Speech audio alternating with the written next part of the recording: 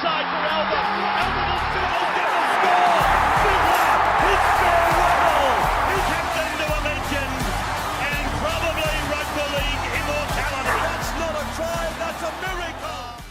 Welcome back to the Rugby League Guru podcast, coming to you on YouTube and on the podcast for your Thursday afternoon episode, heading into finals week one. Of course, Sowie, he's up the coast. I think he's taking care of a family or something, just being selfish as he tends to do, the great Jamie Soward. Shout out to you, mate. We miss you. There's a bit of rumour going around that he might be able to come down before the grand final for a show or two. So very exciting. Fingers crossed there. But stepping into his place, I believe 2015 SG Ball, North Sydney Bears, left wing, right wing, what were you? Most improved back, I think, is the... Most improved back. Fuck yeah, how dare I? Random stats guy, how are you? Good, mate, good. You look good in that shirt. I know. You look good in those shirts, but just in that one in particular. I just thought I had to wear it. I do love wearing this when I can. The girlfriend's not a big fan, but she just doesn't get style, I just don't think. Did you get a haircut? I did. I spent too much on this little mullet here. I went the first time, got it styled into a mullet. They didn't chop enough off the side, so it didn't really look too much like it. So I went back to another barber, paid. You went to a different one? I went to a different one because I felt bad going back. Because you know do you ever get that when you're in a hairdresser and they've done it and they go, "What do you think, mate?" And you just go, "Yep." I think it's like the only industry in the world that I feel bad about that sort of stuff. I don't know what it is, but if it's, if you go and get your car fixed and it's not, you're going to say something. Yeah, exactly. Hairdresser, I'm the same. I sort of just cop it on the chin. I feel like a fucking moron. He put the gel in and everything, and I'm like, I feel like the golden rule is don't cut after you put the styling in. So I went back, got another $40 one from another place. Look, is it my most cheap expensive anymore one? haircuts? They aren't. I'm pretty sure the guy I go to is just a front for something else, and even he's not cheap. It's probably just cash up front. He doesn't even have a board. He just chooses the price and just says pay that. It's not far away from that. Yeah. It really isn't. Now, obviously, today's episode brought to you by Neds, and since we've last seen you, you've joined the Neds family. Absolutely. Very welcomed into the Neds family, giving out tips around the stats around rugby league and now the NFL season. So seeing how that goes. A tough one to start with the Bears and the Vikings. How about JJ McCarthy in that second half? I thought they were dead and buried. I drafted him in a few comps as my second QB. Did you bench him or did you play him? Well, I was about to say, I think it's my dynasty comp, I've got 15 players. You have to pick 9 to play and 6 on the bench. My starting 9 outscored my bench 6 by 4 points. Oh, wow. So I had a fucking shocker. Damn. I got absolutely pounded in every form of NFL this year. So I've looked forward to it for like 3 months. Yeah. And now I can't even look at the fucking thing. Look, I'm just going to stop looking at Christian McCaffrey's injury record because that one cost me a fair bit. J.K. Dobbins, good replacement, but... 25 points would have been nice. I was a big Bill man over at Washington. Yeah. I had him in just about everything. Didn't play him in anything, and he did well. But we're building to the future. That's good. I actually got beat by Jack Cronin this week. Oh, really? That's a tough one. I think my bench almost outscored him, and I lost. So tough going. Tough, mate. We're looking for a bounce back, though. Thought he was just for crowds, but obviously he's got a bit of NFL knowledge about him. We actually we drafted Jared Goff last year, so we called our team Gotham City. And then this year we drafted Dak Prescott, so we called ourselves the Dak Knight. Yeah. And just to spite me, Cronin named his team Gotham City. Fuck. And then beat us in round 1. So damn, that's and real you know rough. what he's like. He's a good fella. He He's a very carried nice on fella. like a fucking tit. He really gave it to me. Yeah, I'm sure he did. I'm a bit salty about it. Shout out to you, Cronin, you prick. Now, we are going to go through the 4 games this weekend, finals footy week 1. And I asked Rando last week to get himself ready, get his stats geared up. I want sort of stats around why each team can and can't win the premiership, and just any other wild things you can throw in there. I think you got a few try scorers and whatnot as well. Absolutely. We're always looking for some value in try scorers, and a couple of these games definitely has a few poking its head out. Now, before we do get onto the games, is this essentially your last bit of content before you... This will be the last podcast I'll be on until I'm back from Europe. I think I'm filming myself for about even, so you might just see my noggin pop up in random places around. Are you actually? The Mediterranean, yeah, I think so. I did it last time I was over there. Not too sure how many of them got played, but yeah, I'll send them through Tobler and you'll see if I'm going to be there or not. Probably not. You got to really lean into that. Oh, 100%. Really 100%. carry on. Oh, yeah. Absolutely. I'm I very spoke excited French, I about think, in the first one I did last time. That's bad. Now, Kathmandu, welcome in. How be Thank thee? you. Very good. It's a nice change here. I love Sowie, but it's fun to have Rando in the studio sometimes. Yeah, it's good Sometimes. for a little change up. you don't want to have too much Rando. Exactly, you know what I 100%. mean? 2 times a year is Too perfect much, here. Rando. Too much of I anything catch is up on bad. Cat stuff and it's Yeah. all good. And then I catch up too much on what Cat's doing and it's too much. So, yeah, we went into a deep rabbit hole about hall passes. So, We did. yeah, it's good fun. Oh, I'm interested. Where did we settle on hall passes? Well, yours is. You're at millions. I'm Sydney Sweeney. Who do you reckon hers is? Soccer player. Oh, I'll never get that. No idea. I don't like that little giggle that you did before that though. Mine is Virgil van Dijk. Oh, you know what? That would have been my You guess. do know that, I do know but that, I'm mate. also single, so like it's whatever. But Yeah. if I was in a relationship, Virgil van Dijk is the hall pass. That's all right. Have you run the Sydney Sweeney idea via Maddie yet? Or She's well and she knows. She knows. She will say it without a beat. Even if you just say, "What's his whore?" Done. She's already said it. She's already said it. Is she happy about it? No, but Yeah. you know. fantastic. Yeah, just Good so to you know, hear. we caught up on more wholesome things as well. We didn't just talk No, about we just that dug the into whole that. time. I, just, refuse to believe I that. literally came in and said, "Hey, Kat, what's your whole pass?" I'm going to hear what I want to Here's hear. on something this. I I don't give a prepared shit earlier. about your wage. Tell me straight up about the whole pass. All right, let's get stuck into it. Kathmandu, what's our first game? Where are we kicking off the weekend? Okay, well, the action kicks off on Friday. So, unfortunately, no Thursday game now that we're in finals. The first game is between the Melbourne Storm and the Canterbury Bankstown Bulldogs. This one is 7:50 p.m. and it's at Amy Park down in Melbourne. Yeah, so the Melbourne Storm on Ned's $1.50 favourites, Canterbury Bulldogs, $2.60 outsiders. The longer this week goes, the more I'm liking Canterbury. I've just got a vibe around them. I think they've sort of been treading water a little bit. But let's get stuck into the Melbourne Storm first, mate. Why they can, why they can't win the comp. What have you got for me? I think the big one just to start this game is it's Melbourne and Melbourne, and it's always a tough away fixture. I mean, the Bulldogs, they put up a great fight. I mean, controversial if you want to call it. Stephen Crichton a put down away from sending that game into Golden Point. But the Storm, they're ruthless in Melbourne. They've beaten 14 of their last 15 top 4 opponents at home.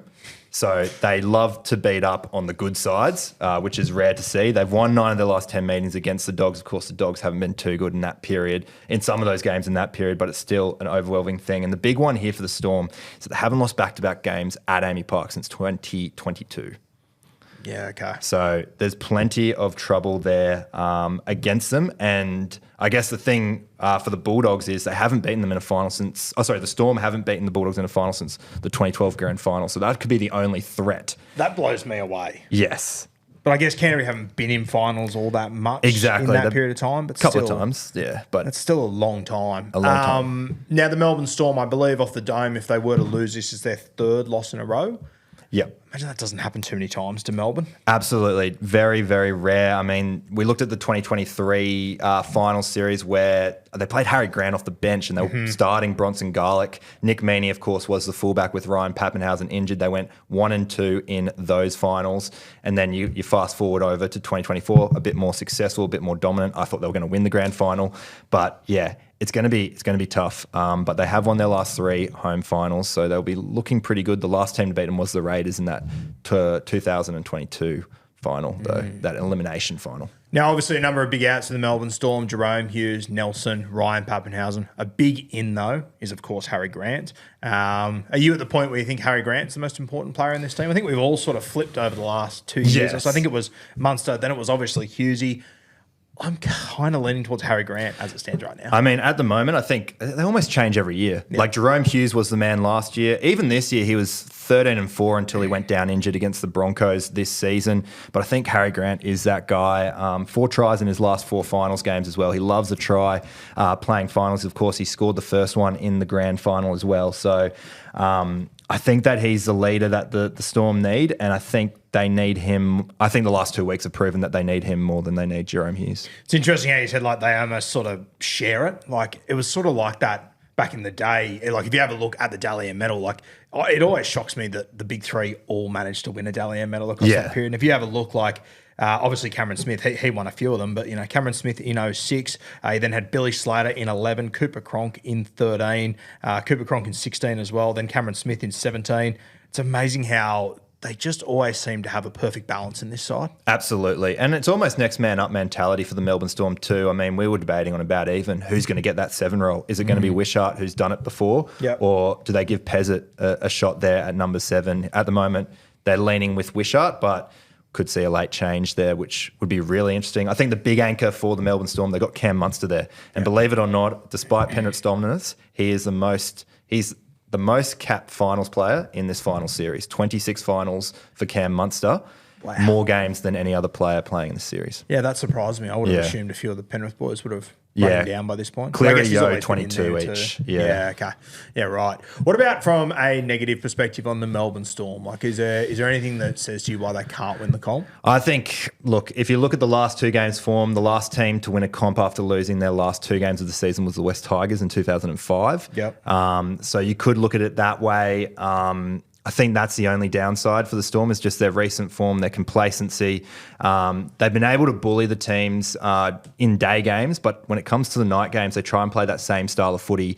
And of course, the conditions are completely different and they make a few errors and obviously been either losing games or not winning them by, the 30-plus margins that they've been doing during the day. So they've needed to simplify their footy, so we'll see how they go with that. But other than that, it's tough. It's really tough. And against this dog side who, look, everyone says it's the final round of the game and they weren't going anywhere from third. But that was a big loss to the Sharks, I think, on the eve of finals. Just with Melbourne before we move on, I eyeball them at the moment and I always get to this time of the year and I go, fuck, Melbourne are just so ruthless. They're going to have another level to go to. I'm not getting that same feel with Melbourne. And it might age terribly, I might be wrong, but I'm not getting that same ruthless sort of edge. Have you had any of that sort of vibe reflected in your stats this year at all? Not really. I mean, the stats are pretty consistent for Melbourne in the terms of that they're still one of the best defensive units. Like, they haven't been attacking great. Their attack's been clunky, but their defense is still the second best in the comp behind the Bulldogs. So they haven't really moved on in terms of that defensive side. So it's tough. Obviously, they had like an off-season thing, but we've seen Penrith do that in multiple seasons as well. And then finals come around, they click. Whether the Storm have that finals edge, because they have suffered some big disappointments and losses where they should have won, that is still to be known. Talk to me about the Canterbury Bulldogs, mate. Why can they win the comp? I mean, they are looking very good. Obviously, the best defence in the league is definitely going to help with that. Even though their attack has been clunky, they've won 3 of their 4 finals games against the Melbourne Storm as well, and they're in that 3rd position, and we know the advantage that the top 4 spot has.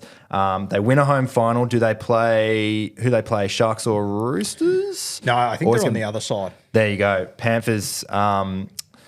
Penrith will be fucking tough. They need to win this game, basically. I mean, it goes without being said, but it's going to be tough down there at Amy Park. As I mentioned, poor record against the Storm. But the big one, I think, for them is that I'm not too sure what's going on with, obviously, Galvin I get, but Hayward there now in the 9. They're 2 and 3 with those players in their spine so far this year. It'd be interesting. The Hayward thing I just haven't been able to make sense of. Reid Marnie, 60 tackles in 76 minutes off the bench last week. I think especially when you get to finals footy, the whistle gets swallowed, they're tighter affair games. I think Reid is just perfect for that. Yeah. He's exactly what they need. And I think Hayward, a bit of impact off the bench. I think he's brilliant in that role as well. So it's really hard to make sense of that. I know that, like, from listening to Rando talk, and we spoke to Stephen Crichton the other day, like, I've heard a few times mentioned that, they're not looking to win this year. They're looking to set themselves up for the future and be proper. But I look at this opportunity against Melbourne with half of their spine out, and I just think, is it not a golden opportunity? Like, personally, I don't know how you felt. You mentioned, obviously, that loss to the Sharks last week was a big one. I couldn't believe they didn't rest players after that. Once they watched Thursday night and saw Melbourne Storm were going to lose Pappy, Nass and Hughes, I would have just gone, fuck, give me a jersey, put me out there, just rest everyone. We spoke about it last week on the show with Sally. I also found it very interesting that all these teams rested in round 26. Because of these HIAs and everything, like, it's a big punt to put all your players out there in 27. We've seen Bronson Cherry and Ryan Pappenhausen out with the HIA in this game. I know people got upset about what the Panthers did, but I thought it was a no-brainer for Canterbury to rest guys last week. Yeah. yeah, crazy. Not going anywhere. I was surprised they wanted to play the full squad too. Obviously, had they come into that maybe 4 of their last 5, maybe, but they have been going poorly. They were 2-2 in their last 4 games. Maybe they just wanted one more finals experience, finals-like game to get the players up and about for them. I'm surprised that, when they heard the rumours about the Panthers resting all their players, why they didn't, because the rumours were very, very strong that the Panthers, I think they even openly admitted on the Monday they were going to rest the whole team. I thought that was a good opportunity, if any, and then maybe bring on round 27. But yeah, I'm not too sure. I mean, it stinks of Penrith in 2016. It was the same year. Anthony Griffin gets the swipe. They do a massive change. Serrato, obviously a part of it. Gould, obviously a part of it. I guess that's the equivalent of Sexton out, Galvin in, and Hayward in instead of Reid Marnie. So maybe, obviously, they're playing for the future, but, there's a lot of Bulldogs fans who want to win the comp right now. I can tell you that much. Well, if you win in Melbourne, you're 2 home victories away from a premiership. I don't know. Yeah, it's just sort of hard to work it all out. Now, when you have a look at that back line, it is just decimated. I mean, Koala playing in the centres. Hopefully, Kiraz is available. Kiraz back would be good against Coates. But I'd love to know what they're doing over there at Canterbury, because these guys are like him and Harry Hayes. Like Harry Hayes, the other one that he was meant to be out for 4 weeks or so. Yeah. They've returned super early. Yeah. Very impressive. I mean, the Storm back line is still not full strength at all. You got Joe Chan, whether he still plays out. I think Jack Howarth might get a late call up off that groin injury, but even he's pushing back. I think he might be an early return from his expected injury. It's free for all out the back line, and that's where I think a player like Stephen Crichton can really come into his element and lead that right edge. He's scored in each of his last 2 finals. He's obviously been there and done that with the Penrith Panthers. Can't believe he's still 23 years old. It blows my fucking mind. But I think he can break a game wide open. He scored in 2 of his 3 finals against the Melbourne Storm. If they find him early ball on that right edge, which the Bulldogs have been doing recently, I think that's a chance there for the Bulldogs to win this final. $3.90 Critter. Very good value. Very on like this week. like it a lot. Bet. I like it. Why can't Canterbury win it, mate? Well, the big thing that they need to get the monkey off the back, and we saw the Sharks do it last year, is they haven't won a finals game since 2015. That's the big barrier. I know they have only played 3 series in between then, but they've lucked out each time. Last year was a golden opportunity against the Manly Seagulls. Home final, they got 60,000 plus there at a core. Thousands of fans. Obviously, a lot of players playing their first final, but they've got the experience. People look at them and they might think they would be the most inexperienced squad, but I think they're like 5th most experienced team, 1-17 this weekend. So I don't think there's any real excuses this time. But yeah, that would be the big monkey off the back, is winning a final, because most of those players don't know how to do that in that squad. Yeah, for sure. And I think it's a really good point in that when you look at this side, like Canterbury hasn't played many finals games, but they got all these Panthers boys. They got Reid Marnie, who's been to a grand final. Mac Ting might not have played finals games, but he was in a final system for a long time there. So there is a lot of positive. A lot of them have played Origin footy and all that sort of stuff. So yeah, I've got a feeling Canterbury could upset him in this game. I really do. It'll be 1-12 affair for sure. Either team 1-12, easy market there, because I don't think the Storm haven't looked like beating or flogging a team lately. And the Dogs, they don't win by a big margin against good sides. If you had to give me one try scorer for this game that you like the most, who would you go for? I mean, I love Xavier. If my house depended on it, I'd have to go Xavier Coates. 5 tries in his last 5 games against the Dogs, 41 tries in 37 games at Amy Park. Absolutely absurd record. So I'd lean to him. But if you want a little bit more value and I could get 4 houses, then maybe Critter at $3.90. Mate, I even think Xavier Coates, like he's at $1.85. It's going to be a close affair. It the is. Kicking game's going to be important. Hughes is out. It'll probably be pretty left side dominant, I would say. I think $1.85 for Coates is really good value this week. 100%. Well, you're speaking my language here. Yes. And I get fucking rinsed on it. I think you're expecting me to rinse you then, but you talked me into it on about even. I like that. Gun to head, who wins this game? Melbourne Storm win by 6 points. 6 points. I'm going to go on that line. Canterbury. I'm going to say that Canterbury Bulldogs win by 4 points in this game. Catmandu, prediction. What do you got for me? I'm going to agree with you on this one. I think the Bulldogs have something in them, but margin will be very small. Yeah, let's go by 4. Nice. You don't pay it, mate. I don't. You're smart. No, I don't. Now, when we were at the captains thing the other day, and I think we said this on Beers and Break Evens, I thought that the standout people we spoke to who just seemed most confident, calm. I thought it was Critter and Nath Cleary. Yep. The two of them. They just looked ready to go. Do you agree, Kathmandu? Absolutely. I think Critter was very calm and collected. And he just had, he's just got swag in general. Like, he's just like walking around like, yeah, I'm Stephen Crichton. And Nathan Cleary's kind of the same. But I think considering where they're both at, I think both teams have had interesting runs to this point. And I love how you were like, oh, you finished in third place. Like, what a terrible season. I don't know, like the vernacular around where the Bulldogs are right now is, for some reason, they're not showing good signs, and it's like, hello, look at them right now versus a season or 2 seasons ago. It's completely different. And I think they've got that experience of that Penrith side that have won so many premierships, and we're going to really see the impact of that this season in this final series. Yeah, just to Kat's point there, like talking about Canterbury, like a few years ago, like people would have been begging for them to finish 13th instead of 15th. Yeah. Now they're finishing 3rd instead of 1st. Yeah. And the world's falling in. 100%. It's crazy. It's absolutely crazy. And their defense has, like, it's not a train wreck by any means, which is what matters at this time of the year. Like it. Kathmandu, take us to Super Saturday. What do we got? Super Saturday. Well, we're over in Auckland for the first game. It kicks off at 4:05 p.m. We have 6th place Warriors taking on 7th placed Panthers. Sorry to throw some stats in there, Rando. I know that's your job. And this one is at confidence at the start. Go Media Stadium. The Warriors, they are $3.20 outsiders. The Panthers, $1.35 favourites on Neds.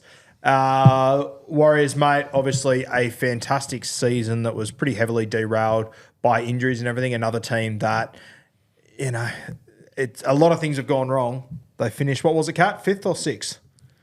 Warriors. 6th? 6, Yeah. sorry. Forgot my stats already. Fucking. I'm not. I don't feel threatened anymore.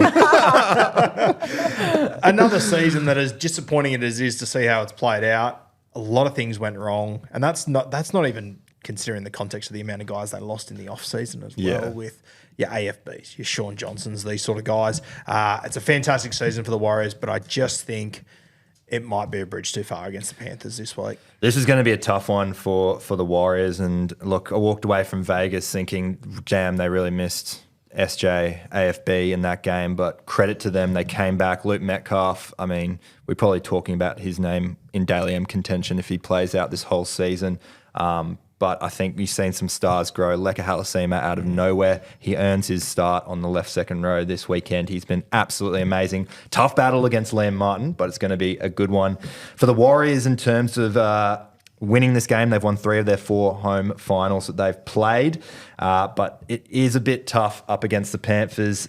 Penrith Panthers have lost their last 3 games against top 8 teams.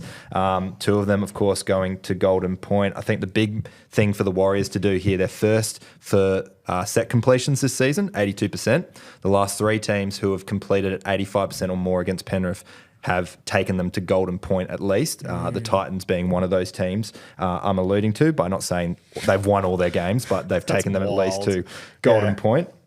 So I think that is the big key. Another big key here for the Warriors in winning this game is shutting down Nathan Cleary's kicking game. And I know it's a fine line to put pressure on a kicker nowadays, but Nathan Cleary, he's kicked for the most average metres than any other player in the last 13 seasons. 574 metres per game. He out-kicks Blaze Talangi, 355 kicks to 45 kicks this season. He is the go-to man for kicking. There surely has to be pressure and eyes on him. Get Blaze to kick as many as possible because Nathan Cleary can turn a bad set into a bloody good one pretty quickly off the back of his boot. Did you say then, sorry, that he's kicked the most metres this year for anyone in 15 years? Is that what you just said? Yeah. Yeah, wow. Most average metres per game. So he's leading kick metres in total and played 3 games less than the next bloke. And I think he's still up by him by 500 metres. Wow. So his kicking game, severely underrated. He's lost 3 out of 4 games this season when he's kicked for sub 400 metres. That's a fucking good stat. You're good at what you do. I try my best. I wasn't planning to pull this out. Then Kat came out with her stats. And After me and Kat read the ladder, it put a bit of pressure on you there and you've responded. I like You put fire underneath me, I start to kick. That's a September footballer. What about, the Panthers? I'm sure there'd be a lot of negative stats that go against them. What's the biggest one that you're seeing there? I think the biggest one, obviously, from winning a premiership is that no team outside of the top four has done it before. I mean, the Bulldogs, I think, 5th. But other than that, it's been very, very hard for them to try and achieve that. So that is probably one of the major stats against them throughout this final series. They'll travel to Auckland, so they're already travelling far. Then they have to go back for another away final, who we said was going to be probably against the Dogs at a core stadium. Not too bad because it's all in Sydney. But yeah, that's going to be a tough experiment for them, especially travel if they have to go to Canberra and play that prelim too.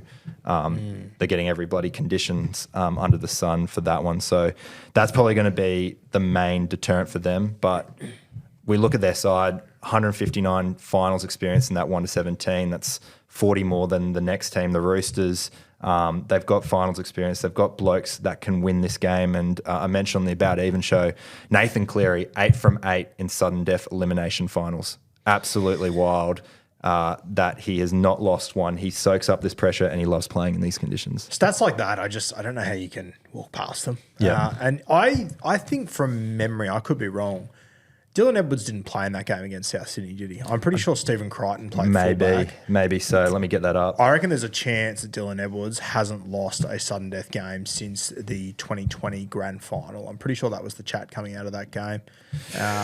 Just wild. Yeah, you got that right. Steve Crichton was the fullback. Yeah. You're good at what you do too, mate. Yourself, buddy.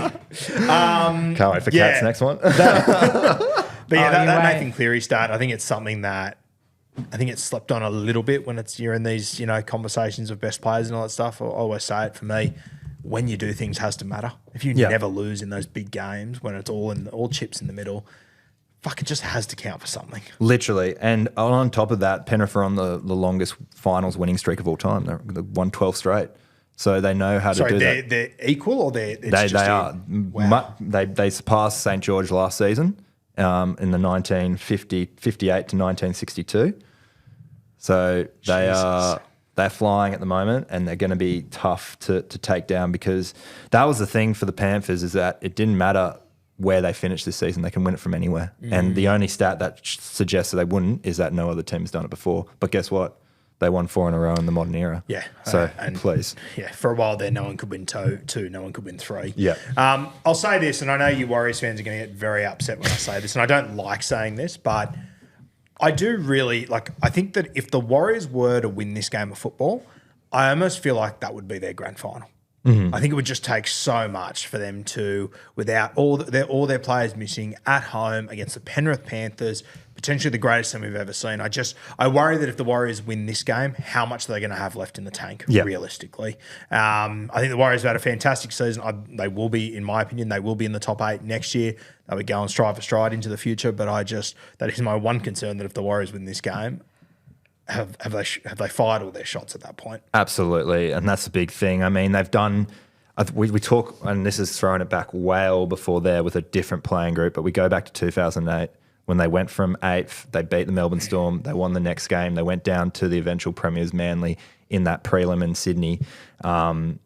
Maybe they can find some inspiration from there, because any win at Olympic Park against that Melbourne Storm team with a big asterisk next to their name is enough to take out of the tank. Surely they draw some inspiration here if they can get the win against the Panthers. I think the minus 9.5 line's a bit disrespectful. So They've had the most closest games this season, which is a 1-6 margin. They've won the majority of those games as well. If they can take it down to that sort of nitty-gritty game, maybe Penrith unfold. Maybe the inexperience, but like the Blaze Talungis there, the Casey McLeans, maybe they fold under the pressure trying to catch points. It's going to be very interesting. But the Warriors, 5 losses in their last 7 home games. It's not a fortress. It sells out every year, but it's not a fortress. Can I ask you a question? Not so much stats related, just vibe. Looking at this Warriors side, some of those stats stood out for me. They got the highest completion rate. I think quite often, especially when Luke Metcalf was leading this side, people looked at the Warriors as an attacking team. It's like, no, they were a defensive team all year. They were a very good defensive side, and they weren't scoring a mountain of points, realistically. 12th on the ladder for points scored as well. There you go. Yeah. I I look at this side going into this week, and you look at some of the team selections, and I understand why they've done it, but like you've got Tanner Boyd at halfback, you've got Chance at fullback, you've got Kurt Cable in the centres. I don't know how much. I don't know if the Warriors can out Penrith this week. I just wonder if it's a chance to go, okay, Topiki at fullback, Tomato Martin at halfback. Let's just throw the kitchen sink at them, play a little bit different, see how we go. Lean into your, Leckers of the world, your Tomato Martins, your Topikis, these high ceiling guys. I think they are a better team week to week when you got Tanner Boyd and Chance in the spine. But I just think for this week, I'm just like, fuck, is it maybe just let's take a punt? Yeah. See how we go. I just don't know if they're going to out Penrith. Absolutely. I think it's going to be the toughest part of this game. And it's a tough balance for Andrew Webster. Obviously, he's got Tuapiki there at 18th man as a possible player to bring on. Penrith leading the comp in runs, run meters, post-contact meters, kick return meters. That's the big thing that scares me. If they put Tuapiki, they put Tamari on as well, how are they going to stop that? The Warriors have been really good at reducing kick return meters. I think the last couple of teams they played, last 5 teams have gone under 120 kick meters per game, which has really helped start their sets because the back 3 for the Panthers, not so much Tom Jenkins, Paul Alamotti, but Dylan Edwards, Brian To'o, top 10 players for most average meters. They need to kick towards Alamotti for the entire game. They need to find ground. They need to try and reduce as much post-contact meters or kick return meters, this game. That's their best chance to try and do it. And the good thing is they're not changing their game plan. They're playing to their strengths. That's all the Warriors have to do. Set completions, kick return meters reduced, make your tackles, and you'll be in within a chance. The crowd will do the rest. Yeah, the crowd's going to be enormous there. Panthers. How can they win this game? Well, I've already talked about the consecutive win streak. They love playing this. The 7th to 6th finals match is notorious for 7th place to win. 54% win percentage compared to 46% since the new final system has been brought in. So the 7th place team. That's wild. Yeah, I know. It's the most fairest of the games. The rest are... What have we got? First versus 4th and second versus 3rd is 77-23 to the high-ranked team. And then, obviously, the 8th place we'll get to, but only 2 wins for 8th place teams in that final system. Yeah, wow. So this is a fair 6-7 split, and I think it's the 7th place team who've won the last 3 years as well. Yeah, right. So keep an eye on that one. They're in the box seat there. They've won 9 of their last 10 meetings against the Warriors. I think what I mentioned in terms of Penrith in the last 10 rounds, they haven't showed any weakness. They're first for almost every stat from defense to attack. I think the big thing for the Warriors, as I mentioned, is just play to your strengths and just hope Panthers crack because they've got some inexperience. They've got Blaze Talungi in the half. The big loss, Mitch Kenny. I don't think no one said anything about Mitch Kenny being out. Luke Summerton, 11 games into his NRL career coming in there. How many minutes do you reckon he gets? He played 23 minutes when starting for hooker in that reserve grade team against the Dogs. Yeah, right. And they've got Brad Schneider sitting on the bench. Brad Schneider, he's not a hooker. I think Summerton got their New South Wales Cup Player of the Year last year, did he? Yeah, this year. He's a good player, Summerton.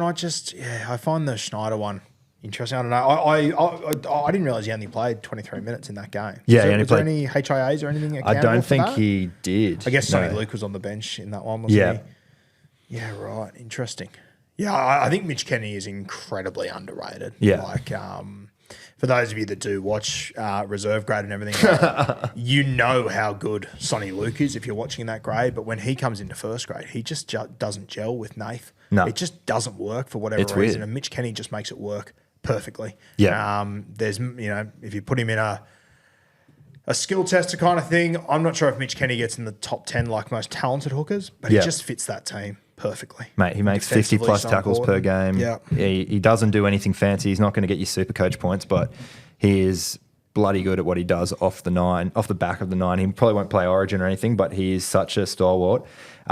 Looking at the Panthers as well. So Kenny's played 20 games this season. The Panthers, they're 1-3 without him. They're 1-3 without Mitch Kenny. Yep. Huge. Enormous. Anything else on the Panthers there, mate? That's it.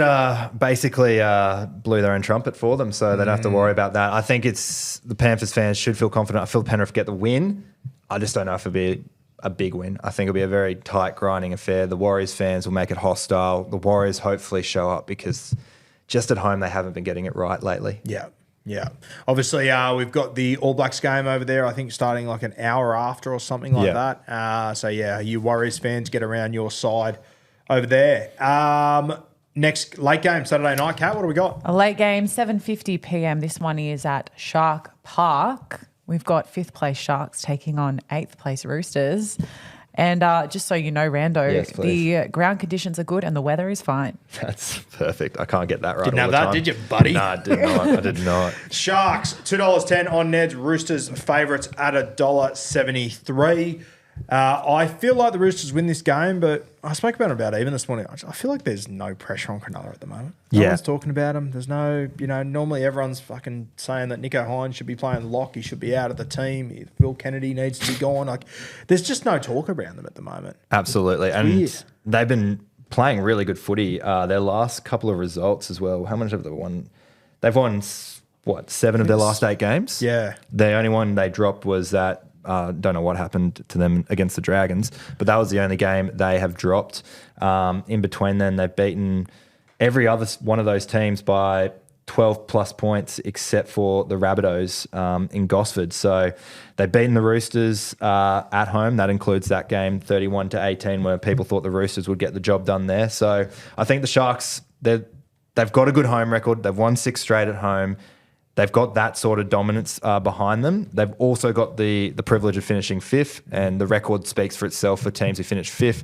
They are 11-2 in finals games, so that record as well. They got the monkey off the back last year. They were on an 8-game finals losing streak. They finally beat the Cowboys, probably their toughest opponent of that final series, and then obviously went down to Penrith in what was a much tighter battle than what other people thought. There's plenty to play for here for the Cronulla Sharks. And look, $2.10, I think it's pretty good value for Cronulla, despite how well the Roosters are playing.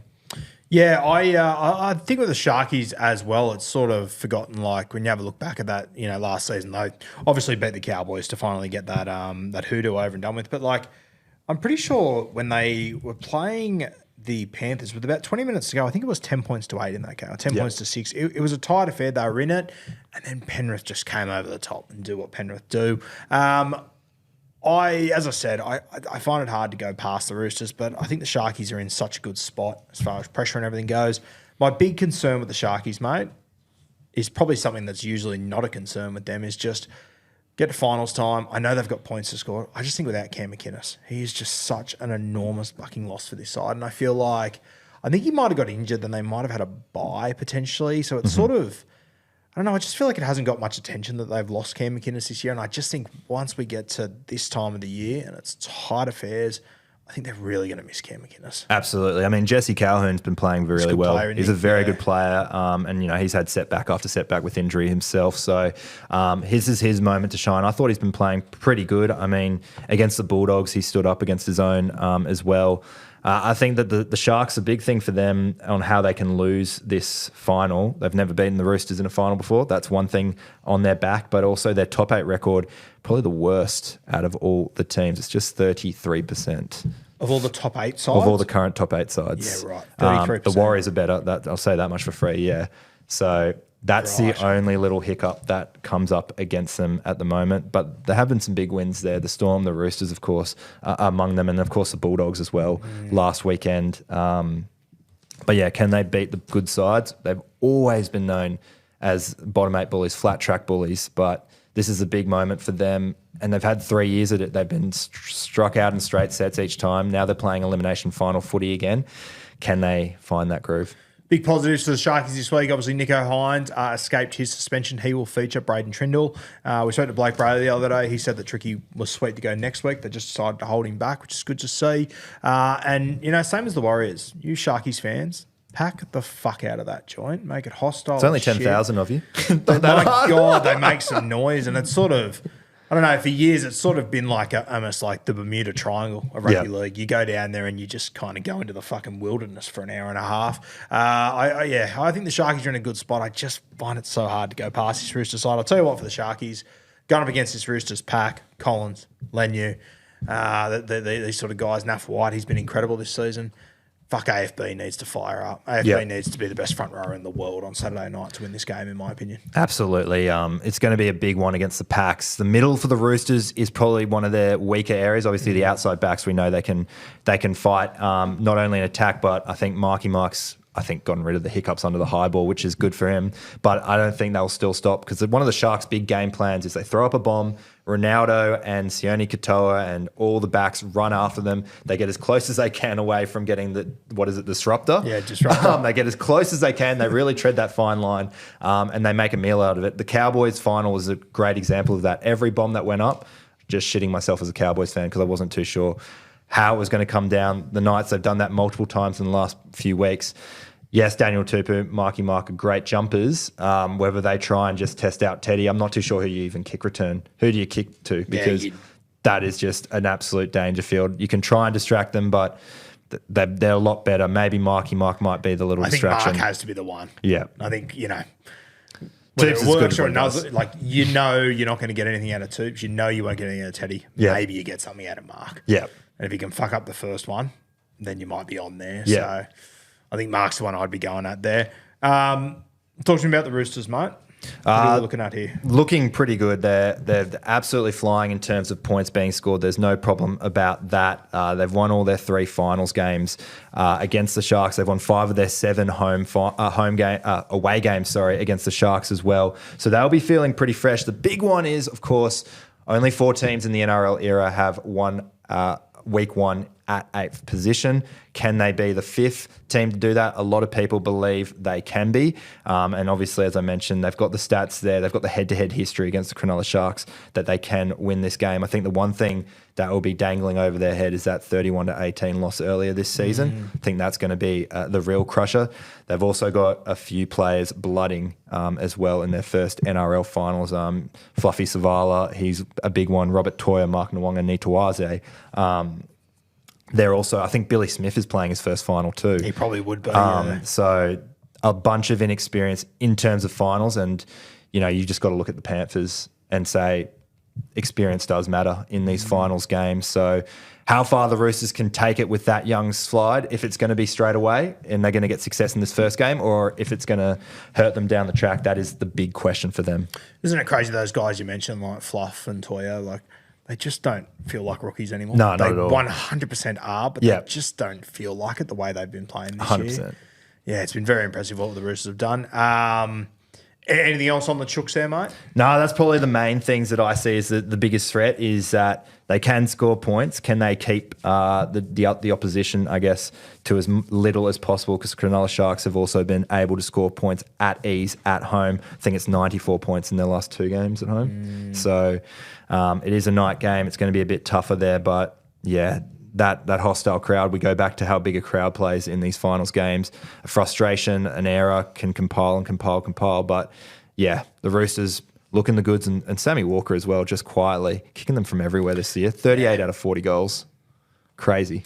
We've mentioned it 1,000 times on the fucking 30 shows I do a week. Like, Sam Walker 3 years ago, he couldn't make the distance from the sideline. No. And now he's just hitting them unbelievably. Mate, very, very crazy impressive what he's done. I guess the other name that we just didn't mention at all, he's not on the team sheet as it stands right now, but Britton Nikora, a huge in for the Sharkies on that right edge as well. I think if Nico is to have the game we're hoping he's going to have here, Nikora is going to play a very important role in that. Very surprised that Fitzy's gone here playing some mind games and not starting Nikora. He's not coming back from injury. He's coming back from suspension. Yep. So you surely think that he's in. I mean, it's going to suck for Billy Burns. I thought he's been pretty good in his replacement. He had a great game against the Dogs. But, yeah, Nikora back in that side up against Angus Crichton, trying to stop that left edge defence. It's a no-brainer for me for them to have him in there. I agree. I actually, we spoke to Blake Brayley about this the other day, and he said, Fitzy's got a big decision he needs to make on that edge. And I sort of, in my head, I went, the fuck are you talking about? What do you mean? He's like, Billy's been really good. And I was like, yeah, okay, sure. But fucking Britain's one of the best back rowers in rugby league. Yeah. A huge in there. And as you said, not coming back from injury, he's going to be fresh, ready to go. Who will he be running at? That'll be Sam Walker's edge. Sam Walker and Angus Crichton. Sam Walker with the way that Nikora can run a line, scary. Yeah, those shoulders are going to get a workout. Give me the Roosters. I'm going to say the Roosters by 8 in this one. What do you got? I reckon the Sharks can get the job done. I'm gonna go Sharks dub. I reckon they can get the job at home. They've just been flying under the radar, as you mentioned. No one said anything about them. There's no pressure because Nico's playing well. He's playing great footy. So I think that the Sharks can get the job done here. Just the experience that they've got. It's funny because they only have 77 games experience combined, but all those players have played finals. Yeah. They know what it takes to get in there compared to the Roosters' 115 games where it's just 4 players with 20-plus finals games experience. So I think the experience of the Sharks, the heartbreak of the past, and the home crowd gets them through. Do you know what I do love about the Sharky side? Their bench. You sort of got Oregon Kaufusi, who's just like, just an out-and-out front row forward, but then like Talakai, Hazelden, Hamlin-Welle, they're all just 3 of their own unique kind of. Like they're 3 guys that can just break a game open out of nowhere. And the 3 of them do it in 3 very different ways, the way they go about it. So I really like their bench they've got. I think it is the one big advantage they have got over the Roosters. Would you play Dan Atkinson here on the bench just to try and counter that Roosters attacking style of footy? No, I would go power, personally. I think that with Talakai, you've got enough versatility there to cover positions. And I mean, if Hines or Trindle goes down, I think they're fucked anyway, to be honest with you. I would rather just go with the 4 forwards and really, because you have to match it with this Roosters pack. Yeah. You let them get on top, it's Red Rover. There's no point, especially with Hugo's kicking game and whatnot. So what would you do? I'd go 4 forwards. Would you have him on there? I thought he's the unlucky man out. Every time that he has played or been on that bench, he gets 0 minutes basically. He's the Brad Schneider of the team. Yes. And he's been laid out multiple times on that 1 hour cutout. So it's been tough on him. I thought he stood up really well on the weekend against the Dogs. But yeah, as you mentioned, like you want the power against the Roosters. So totally agree that side. Either way, I still don't like. It's a scary thought, though. I didn't even think about it until you brought it up. One of Trindle and Hines goes down. Who the fuck? Who's going 9? What's going on there? There's no one who can that's come where in. you find yourself in a spot of trouble, and I'm not even sure. I don't even know who you put do it. there. Like Blake, surely not. But like who? Yeah, I don't know. Talakai at 9? I don't know. Dummy half runs. I think Blake's too important at 9 to move him out there. I think you have to keep him there. I think it might be a case of, you play either like a Ito or a Will Kennedy, or you shift them in there, maybe move Talakai out to the centres and just let them ball play. I guess it is the beauty. Well, I mean, if it's Trindle, I think you can sort of manage it. Yeah, because Nico can play both sides of the ruck. You just play Nico ball like they played a few years ago. Probably be more concerned if it was Hines that went down. It was Trindle on his own. But both very established halves. Catmandu, what's your prediction for that one? My gut tells me Roosters. I think as much as the Sharks might have less pressure on them, they've been floating under the radar, as you said, a little bit. I just think that this Roosters side have really come into their own with Walker's return. Like, I just think that they're different gravy right now. They're quite scary now. The 8th place for me means nothing.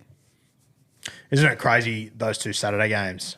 You've got the 2 home coaches worked under the coaches. Oh, they're going up against, like Good the story. 2 master apprentice kind of thing. Very nice, very cool. Don't see that very often. Yeah, you can use that one if you want. That's fine. All right, mate. I won't charge you for it. It's sweet. Cheers, mate. Cheers, mate. I'm talking to Matty Johns here. That sounds Sunday game, Kat. What do we got? Well, what could be, and I believe is the game of the round, we have first place Raiders, the minor premiers, taking on 4th place Brisbane Broncos. This one is down at GIO Stadium in the nation's capital. Very excited to hear your thoughts about this one. Yeah, I agree with you. I think this one will be game of the week. It's one I'm most excited for. The Raiders at $1.68 on Neds. The Brisbane Broncos, $2.20 on Neds. I like the Raiders at home with 2 weeks to prepare. I think the Broncos, they're high flying at the moment, but yeah, I haven't really seen them tested over the last few weeks. I know they played Melbourne, had injuries. Yeah. Melbourne was playing for nothing. Brisbane were playing for everything. I don't know. I'm not convinced yet that Brisbane are the side that can beat 4 good teams in a row. I'm not convinced their forward pack outside of Haas is going to be able to hold up to a Raiders forward pack. So I have my concerns, but the thing with the Broncos is if they just put it together for 10 minutes, it's 24-0 and you go, fuck, what happened? I mean, if there's any team that's good enough to come back from a 24-0 down, it's the Raiders. They've come back from a halftime deficit 6 times this season. Now, there's only been 3 teams in the NRL era who've come back from a halftime deficit more times, and that's 7 times. They were the Dragons of 2010, Cowboys 2015, Cowboys 2017. What's the similar trend of those three teams? It's you and Soward's team, just quietly. Yeah, exactly. Just coincidental. The amount of Cowboy stats you find blows me away. But three teams that went on to the grand final. So teams who don't freak out when they're down behind, they can come back and return and win the game. They're what premierships are made of, those sorts of teams. So I think Ricky B wouldn't really mind obviously if it was like 10 minutes to go and they're down by 24, you'd freak out. But if it's the Broncos getting off to a quick start, the Raiders' second half performances outside of that Bulldogs game, which I don't think has been, I think after that Bulldogs game, it hasn't fucking shut down before. Then yes, they're going to be tough to beat, and this could be the Broncos' match. And we saw what the Broncos, fresh off a 50-14 humping in round one against the Roosters, went down to Canberra. Canberra rinsed them. Yeah, we were talking on Beers and Break Evens yesterday just about Reece Walsh and everything, and we sort of, I'm not as keen on him this weekend because I think the Raiders are going to defend him really well. Timmy pointed out, and obviously it's Supercoach stats, read what you read. Like, he went down to Canberra in round 2, as you said. He scored 9 Supercoach points in that game. Yeah, I remember. I had him. Of course you did. Good. I'm glad to hear that. I think the Raiders, with 2 weeks to prepare, I just think they will. I just think their forward pack's going to really aim up. What have you got for me on the Canberra Raiders? Home form has been big. I mean, go back 5 years ago, I think Ricky had them staying in a hotel because they were playing better away than they were at home. None of that this time, unless he still does it. They're 11-1 this season at home. They're 4-5 against the Broncos. They have the best record against the current top 8 teams of any team in the competition as well. So, a lot of people said the Raiders, they haven't played a top 8 team in a while, which is true. It's been a fair while. Obviously, Penrith, that was a great win. But obviously, they got the most of the games in the top half of the season. They're 7-2 when it comes to current top 8 teams. So you can't look away from this Raiders side. And look, I had my doubts when they came up against Penrith and Mudgee. And when they were down 16-6, I thought, they're fucked. This is their undoing. This is the moment. And then who steps up? Fucking 20-year-old Ethan Strange. And that's when I thought, no, these guys are the real deal. These guys are the real deal. And so I think with that sort of mentality, GIO, it's been a bit of a home fortress for them ever since. I think it was Jared Croker who missed that penalty? Sorry, bring it up, Crokes. Yep. I think they've been pretty flawless at home since then. Isn't it wild, like you mentioned before, the Roosters and their young guys, how, I feel like they're ready for finals footy.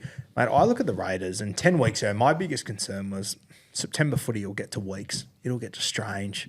I'm just not... Now, it's completely flipped for me. Yeah. Mate, honestly, my biggest concern is how Fogarty's going to handle it all. Yep. Like, these young kids, they just have no fear at the moment. Nothing seems to faze them. I'm confident they'll be okay. I think Fogarty at times, if you had to find an Achilles heel in his game, I think it's just decision-making in the big moments at times that has cost them. Yep. Even if you go back to a few weeks ago in that game. It's crazy how far they've come. Like Tom Starling as well. He's absolutely killed it this year. I have total confidence in them. It's Fogarty in those big moments that I probably have a little bit of concern about. Yeah, and you look at this game on paper in terms of finals experience, they're the 2 most inexperienced finals teams in the comp. 53 games for the Raiders, 51 games for the Broncos, which is crazy. For a first versus 4th final, you got 2 teams with that much inexperience. So I think that kind of goes out the window as well when you look at that. Ben Hunt, the most capped finals player, he plays his first final since 2018. So it's been 7 long years since we've seen Ben Hunt in a final series. And then you look at the Raiders, you got Josh Papali'i, and how many times has he crashed over in big games? And the Raiders have been so resolute. They don't mind winning a 1-12 affair. It's whether the Broncos want to get into that gritty 1-12 mindset. Yeah. I think that's going to be the issue because once they blow out teams, which they have been, that's great. But comes to the nitty gritty, it might be hard. That's my concern. That when you go, it's finals footy is who's going to hold their hand in the fire the longest. The Raiders, they're fine. They'll stand there all day. The Broncos, I don't know if you can put your hand in and out. And win this or compete in this competition realistically. You mentioned Josh Papali'i under a bit of a cloud at the moment. Hopefully he's good to go. You've obviously got Reece Walsh under this cloud as well. I really do hope that both these boys are ready to go. Is this mind game starting to play between the two coaches, Ricky and Madge? It might be. That's another game. Madge was under Ricky not too long ago. Yeah. Like, it's essentially just master apprentice. Yeah. All over the place. Crazy stuff. That is crazy how it's all playing out. What's the Storm Bulldogs? Rando under Craig? No. I was just looking at one, yeah. Isn't it crazy though with the Raiders? Like, if Josh Papali'i's out, like that should decimate a side. And it'll hurt them, don't get me wrong. But I still just look at that Raiders pack and go, no, whoever steps up, Adam Mariota, Trey, whoever it is, they'll be okay. Absolutely. Trey Mooney played finals before too. He's got that experience behind his back. So, yeah. How many boys from this team are in 2019? What is it? Corey, Papali'i, Tarpanay. Is that it? I think that is it. Tommy Starling wasn't in that side. Don't think so. Let me just take a look. I think that is it. Was Hudson Young in that side at that point? Yeah, I think Huddy did play in that grand final. It is. Here we go. No one in the backs were there. We got Papali'i, Tarpanay, Horsburgh. No, those three. They're the only three. Hudson wasn't in the side at that point? Not in the side, no. Yeah, wow. Crazy. Big three, though. Huge three. Big forward pack. big three. Yeah. Yeah. Okay, what about what about like as far as minor premiers goes and everything? Like how much does that actually mean once you get to finals? What does history sort of tell us? I mean, Penrith obviously have done it the last two times, but before them, I think the last three teams, which have been basically the same team, Melbourne Storm, who've failed in that quest. You can go back until the next one, which was the Roosters. They obviously did that 2019 grand finals minor premiers too. So it shouldn't phase them. I think the biggest stat that should phase them is that 50 points. I know no one likes talking about it, and I know that we've rested 10 people. It's been in the game for 117 years. It doesn't discriminate. It's been through wars, Guru. It's been through fucking wars. So don't tell me that Ricky rests 10 players, that it's going to be a different stat. It's the biggest one that team's got to shake off. I really hope the Raiders win. I think they're the team that I'm jumping on the bandwagon with the Cowboys out now. I'd love to see them lift that premiership. Hurts to me that it breaks my favourite stat, but I'd love to see them win. I bagged the shit out of you for that stat yesterday. Thank you. Yeah, absolutely. Did you say my name? I think I might have, yeah. Sweet, I might put that in my ears and just Listen to that on the close the fly. curtains. Go on the toilet. Engaged. I will say this, just with Ricky Stewart, something to consider. The last time he won a minor premiership was 2004. They went on to lose that grand final to the Canterbury Bulldogs. Mm-hmm. He's 3-1 in grand finals. 1-3, in grand finals. 1-3. So what, he won 02, he lost 04, 05, 03, 04, yep. 19. Okay, big watch. Big watch. The Gunslingers, the Broncos. They've looked good, haven't they? What do you got for me? They've come back. They're looking good. The big thing for the Broncos in this game is they haven't won an away final since 2009. They've lost 9 consecutive away finals. Broncos haven't won an away final since 09. 09, yeah. Wow. Yeah, 9 straight losses. It's been their Achilles heel. Obviously, they were very close in that 2023 grand final. But yeah, something to keep an eye on in this final series, because that's probably going to be their biggest one. Other than that, God, they've looked good with Billy Walters and Ben Hunt in the halves. Yeah. Billy's really stepped up. Reece Walsh, I mean, he's probably the main focal point of attack. One funny thing here that I love to shut up haters of Reece Walsh who think he's an error-riddled poor player. The Broncos have won 9 out of 12 games that he has made 5 or more errors in. I love that.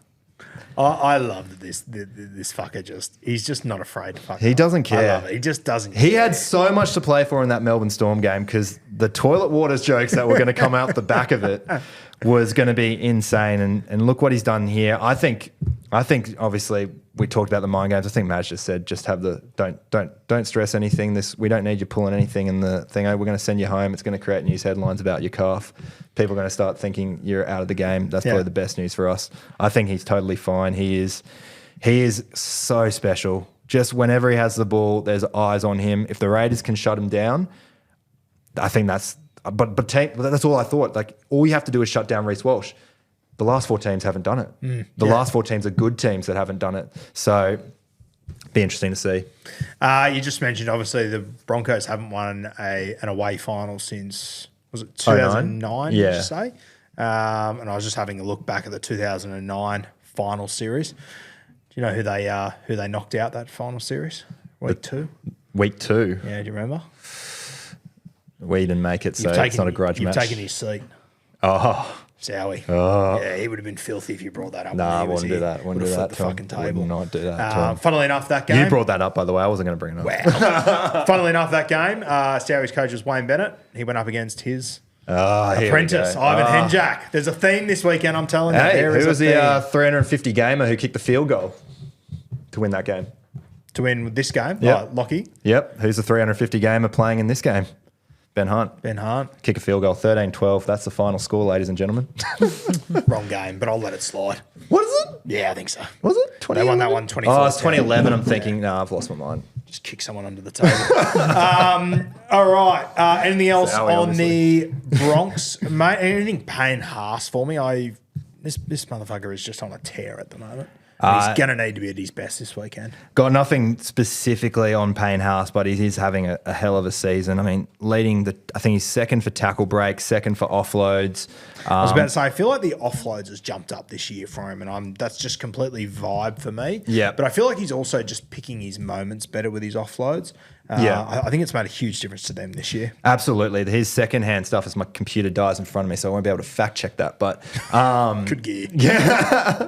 But yeah, I think that would definitely. I think he's definitely picked his moments a lot better. I think, he just threw an offload every now and then randomly last season, but this season he's got it on top of that. And I think tackle breaks as well. It's the big one as well. He's just a battering ramp. No one can stop him.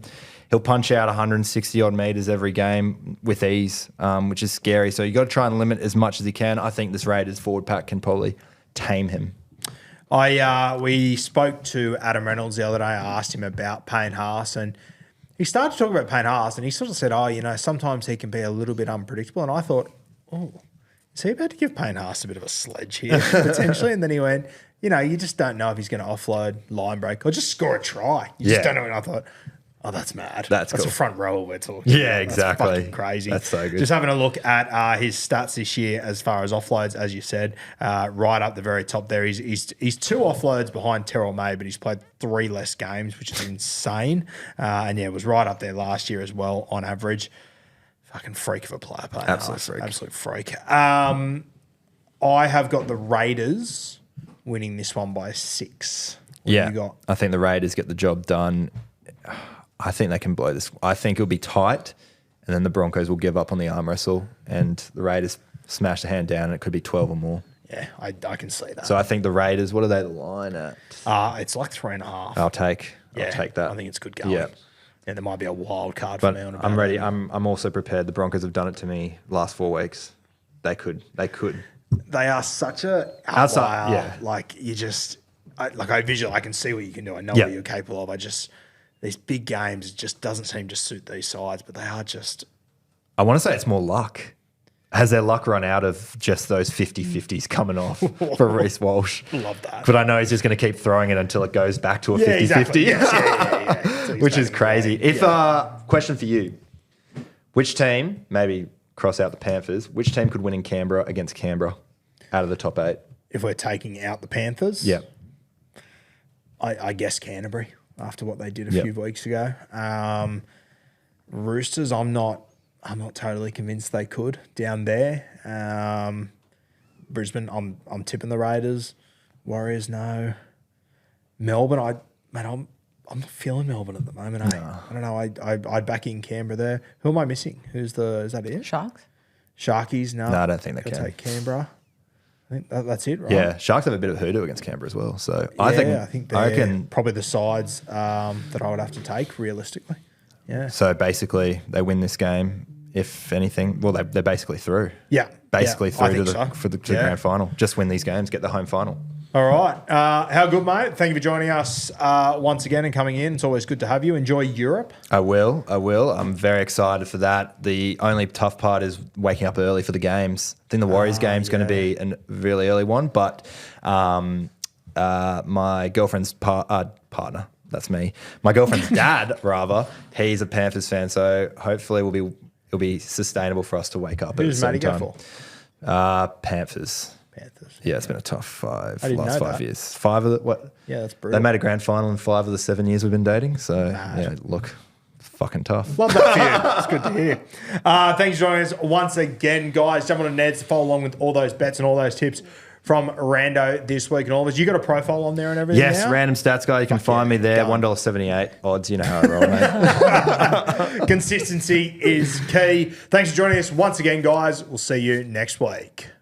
Chances are you're about to lose. For free and confidential support, call the number on the screen or visit the website.